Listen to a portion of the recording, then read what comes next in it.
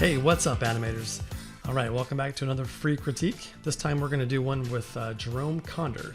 So he was kind enough to upload his shot for us to look at, and I'm going to go over it and see what we can maybe improve, what things are working, what things maybe could be pushed. And as usual, I'm just going over the shots somewhat quickly. I want to kind of get through them and just kind of cover major points, go over posing, timing, contrast, weight, physicality, all that good stuff. Things that will make animation feel better, maybe more entertaining, and just fun to watch. Okay, so let's take a look at it and see what we see.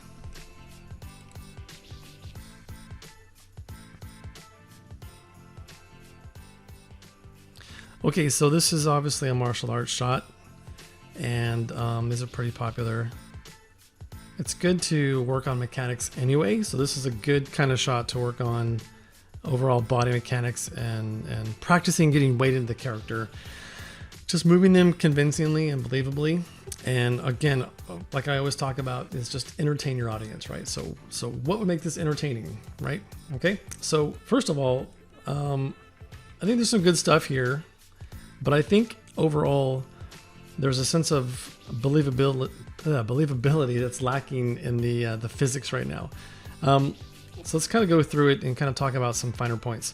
So for one, this first movement right here, where he's stepping back with his right leg into this new pose, the thing is, think about what's pushing the character, right? So in this case, he would be using somewhat of his front foot to push him back, right? And so obviously his weight is back on his left foot, but we still want to maintain that kind of push off that front foot so that he can get started, and then he can step back on the right foot and then drop his weight onto it. So if you look at this right now, he's moving at the same time. Everything's moving at the same time. So the foot is stepping back, the body's starting to go backwards, and then it steps back into this other pose right here. So what I would do here is I would probably give myself a small anticipation, or maybe I drop the weight. Okay, so what you could do is you could think about it in terms of maybe, since this foot's here, maybe what I would do is maybe just drop him forward and just down a little bit. Okay, nothing too crazy, right? But just think about getting that weight so that you can push off that front leg, right? Okay, so once you do that, once you get that anticipation in there, then you can kind of springboard off of that front foot, okay? And it can be subtle, it doesn't have to be a big movement, but it can be a subtle movement just to get him kind of going, right?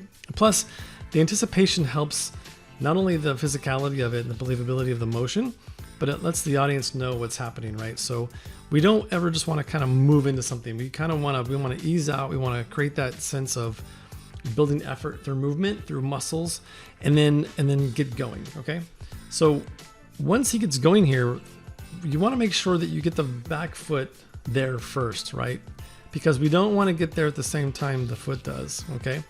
We need to have something there to cushion our weight and to help us slow down, because the thing is, we never just stop on a dime, right? We want to be able to portray in our characters that they're slowing down so they can speed up again and go into the next thing. So it takes time. You're going to have to add frames. You're going to have to offset things so that you get those overlapping shapes and get that right foot stepping down so the body can then land on top of it, okay? So overall, I probably would, if it was me, I would add some frames here. So if we're talking right now, we're going back into this pose around 8 frames. You'd want to at least double that, okay? So you might even go almost a full second for that entire movement, so 24 frames, right?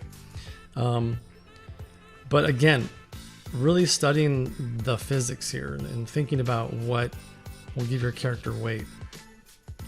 So one thing I talk about a lot in my classes is getting weight in characters, okay? So the one way I kind of break it down and describe it in the most easily digestible way is I talk about it in 3 parts, okay? Timing, spacing, and then overlapping shapes. So you determine a time you want something to move, and then how you apply your poses or where you put your poses how you favor out, how you favor in, how you break down your arcs, all those things are your spacing, right? It's how you're getting from pose 1 to pose 2 or whatever, point A to point B, right?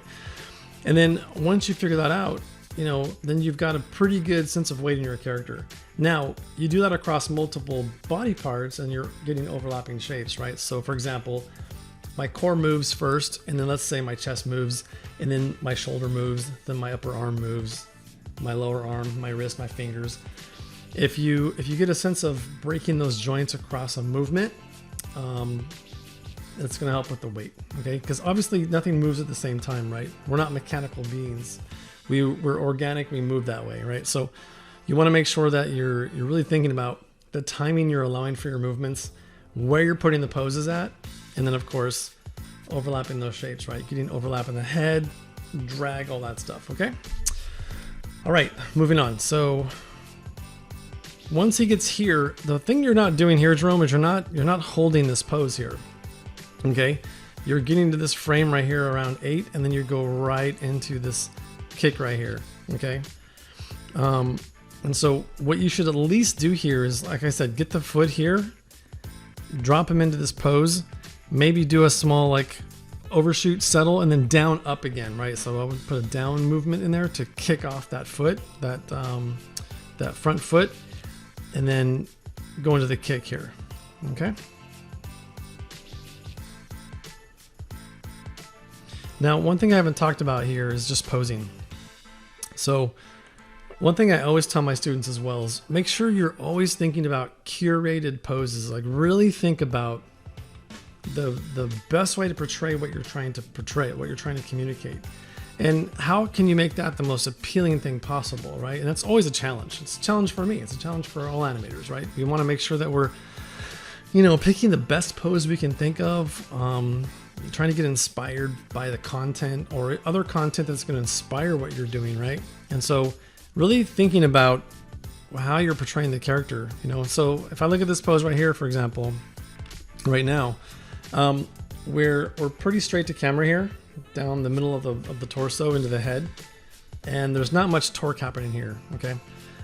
Additionally, the arms are just kind of straight out for the most part, and the finger poses are somewhat generic, and I would definitely go into thinking about, in this kind of pose, in this kind of, I don't know, this is kind of a kung fu pose, Tai Chi, you know, I would really be thinking about what I could add to this pose to really sell, you know, just make it look really cool, right? So I would try to get some torque in the body somewhere. Maybe I would get the crotch kind of towards camera, then maybe go up the spine and kind of torque around this way, right? And think about how I could get the character looking maybe off screen left a little bit, right? Okay.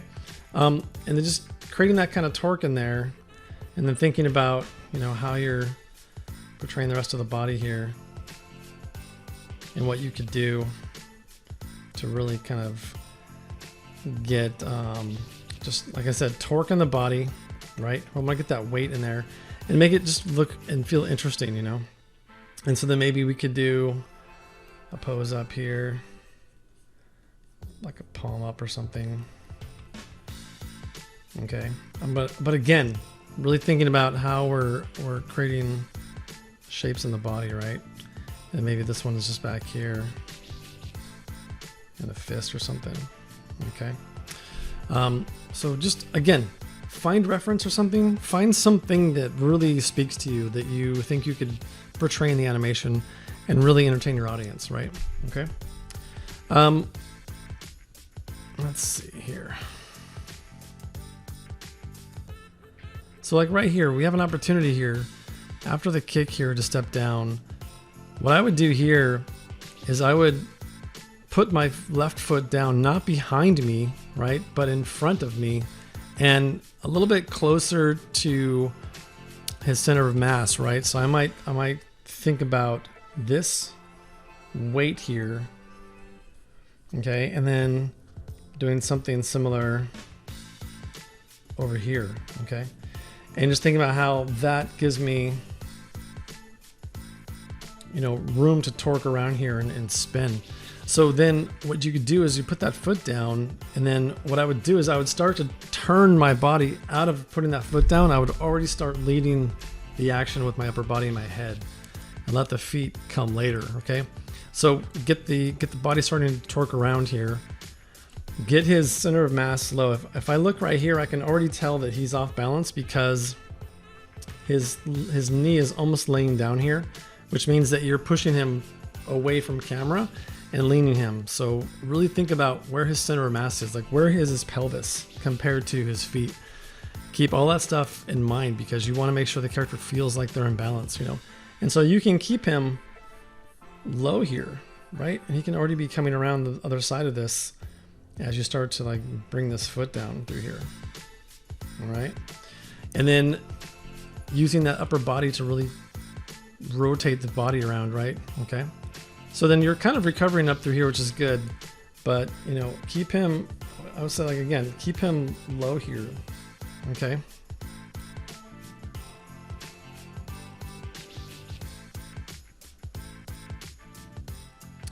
But yeah, and also, like I mentioned before, what this also serves as, it gives you a chance to really get his body moving to help you push the weight of the character off the balls of the feet or the heels, in this case probably the ball of the foot, and then you can subtly shift your weight to that left foot so that you can pick up that right foot and bring it around. Okay, so then right here on this spin, and then coming out of it here, again, what do you want to imprint on your audience, okay, in terms of a pose? What is the best way to portray, the pose you want in this moment? Even though he's spinning, right? He's spinning around, but there's going to be a themed pose there, right? Because he's doing like a foot sweep and he's coming around the backside, and his body mass index, like his body center of mass is low, right? And he's coming around and he's going to sweep that leg around and he's going to come out of it and stand up, right? So when he's getting low here and coming around here, again, I might just think about keeping his body low for the most part. Yeah, get him down here. I know I drew him up here, but maybe get him even lower here. And then just get this leg out, and just try to get like that kind of motion around there. And then this arm, what you could probably do in this arm at this point here is, let's see here, I probably would work on something with this arm out here, kind of foreshort at this point, but do something kind of cool with maybe the staff out this way or something. I would, again, trying to line up shapes and create cool straights against curves, C shapes in the body where possible, just trying to create really cool graphic shapes here that, again, your audience is going to kind of imprint on, right? Okay. This arm you could probably get away with maybe straight out here for part of it. And then as he comes around, whip that arm through, because you want to make sure the upper body is kind of leading the action for the most part, and before he stands up, right? And then just, again, one thing I don't talk enough about is there are two things to really think about. Well, there's a lot of things to think about, right? But two things that are, I think, really important in informing you on how your motion is going is what's the pelvis doing, and then what's the head doing, right? Because the pelvis is going to be like the core of your body, right? So if you've got your character, for example, standing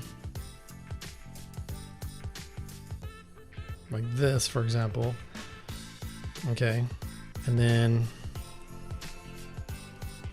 they're just kind of standing here.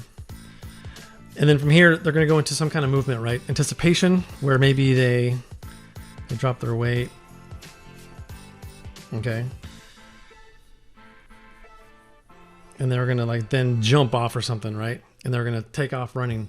So one thing I'm always looking at is, what is happening on the core? And then what is the head doing? Because if the core is working and you've taken care of, you know, really going through your TY curve on your COG mover, and you're really taking time to do thoughtful breakdowns on your translation Y curves to get heavier movements up and down, and then thinking about how the body's moving forward on the TZ curve or whatever. If that's working, but then the head's not tracking well, then most likely your poses aren't working, right? So your poses aren't great.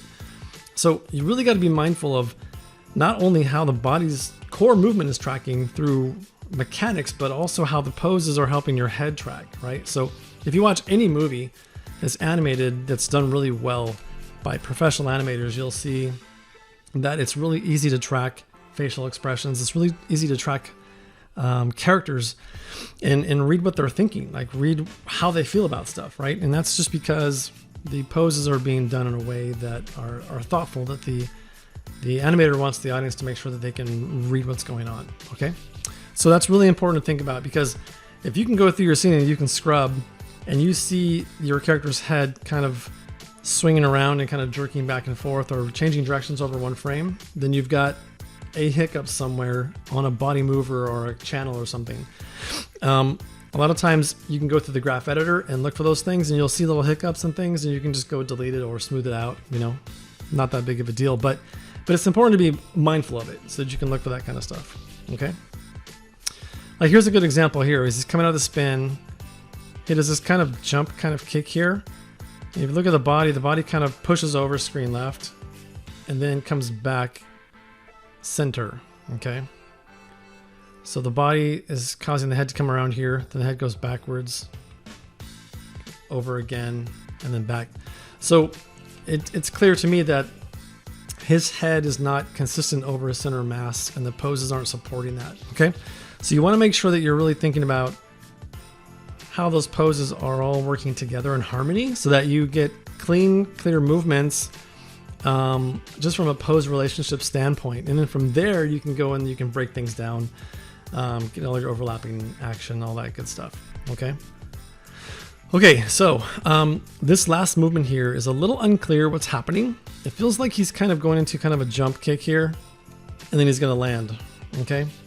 It feels a little bit like you didn't quite finish right here. You've got some isolated movements, and we never really get the resolve on the kick, okay?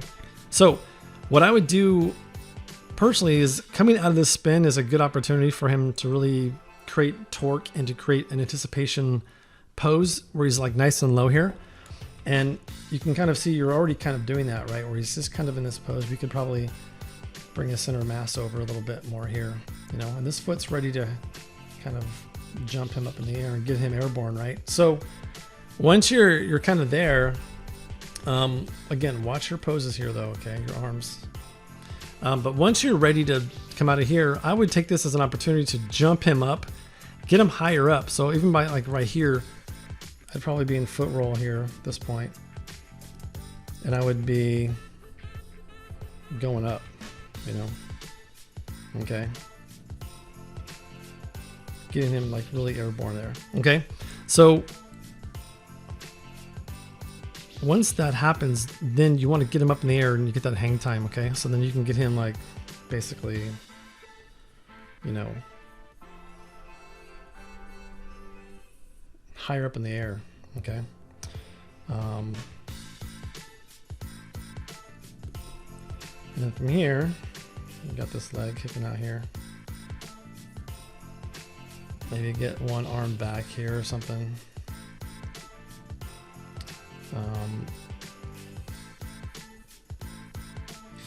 So then from here, what I would do also is think about how he's going to land, right? So once you get him up in the air and he's kicking, is coming through here, you want him to have that nice drop. And right now, if you look at what's happening here, we can kind of track his pelvis here. It just kind of stays here, right? So we're not getting that drop in the TY, okay? It just kind of, once he gets up here, he just kind of comes around and he just kind of settles, okay?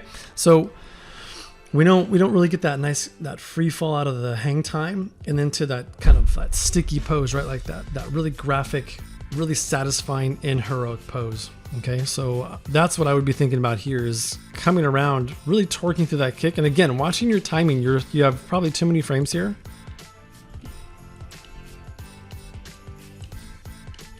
And in fact, it's not even the timing. The timing might be okay for the most part, but it's the spacing. You're not giving yourself any kind of variety in spacing to help really get contrast in your timing, okay? And then really selling that moment of thrust into the air, and then that hang time, and then that whip down to the ground, you know, and like really pushing that stylized motion. So think about that as well. And then when you come down here, think about the fact that he just basically torqued his weight around this way, right? And so you probably would have the foot more out here, and you probably would land, I don't know, we could come up with something here, but maybe let's see, what would I do here? Sometimes I just play with poses, right? But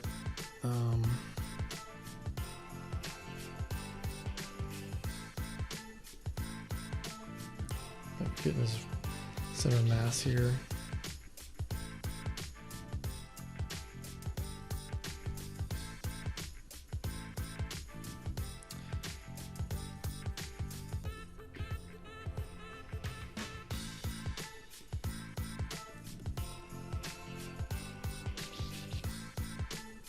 My proportions are horrible here. Yeah, never said I was a 2D animator. Someday.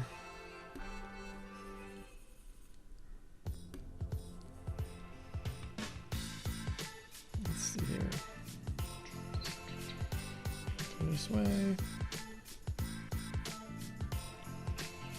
Yeah, so maybe, I don't know, maybe coming around this way, maybe sticking the landing low, and then from there he can either stick it and like overlap and then just stay in that pose, or he could come down, hit that pose, and then pop back up into some kind of ready position with his weapon, you know.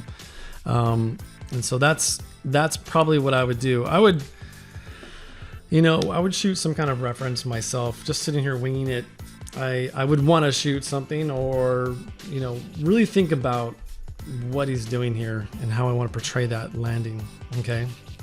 But yeah, that's what I would focus on, because you really want to get that button, that ending that's just like, bam. Oh, that was cool. That was what I wanted to see. Let's watch it again. You know, you want to make sure we're really thinking about, you know, hooking people, right? We want them to look at that physics and go, that's cool, you know, and want to see it again.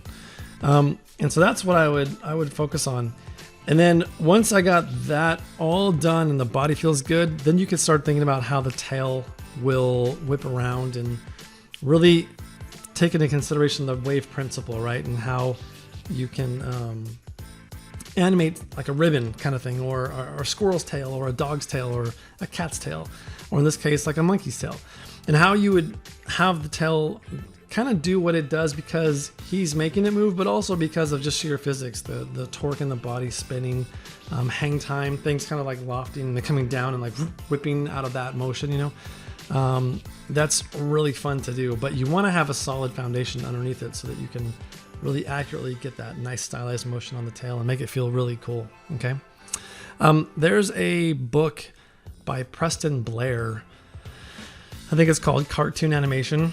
It's a pretty old book, but he has a whole section on like the wave principle that's really good, you know. And then I'm sure Richard Williams in the Animator Survival Kit probably has a great section. I don't remember. That's my favorite book, by the way, but I can't remember if there's a wave principle section in there, or talking about things animating fluidly through overlapping shape. There has to be, I'm sure, but Preston Blair comes to mind right away. So anyway, okay. So overall, pretty cool. I think there's a lot of good stuff that could be done here. I think it just needs some work. I think Jerome, this would be a great opportunity just to keep learning body mechanics. Really just get used to what it feels like to put weight into a character, to move them fluidly, to really think about pose relationships. So you're getting the center of mass working so that the character feels in balance and that they track well, all those good things. Okay. So Thank you very much for sharing your work with us. I really appreciate it. I hope this benefits people. Again, this is my series I'm going to be doing off and on as much as I can. I'm very busy, so it does take me a while sometimes. But yeah, I appreciate you guys watching. I will have more up. Please subscribe so you can get notifications. And yeah, if you have any more questions, reach out to me through the contact button at realmonster.com. And of course, if you don't have the free lesson, go over there and get the free lesson. I just redid the website, so it's a little cleaner and hopefully a little more easy to navigate. Okay, thanks so much. Happy animating and have a great day. Thanks.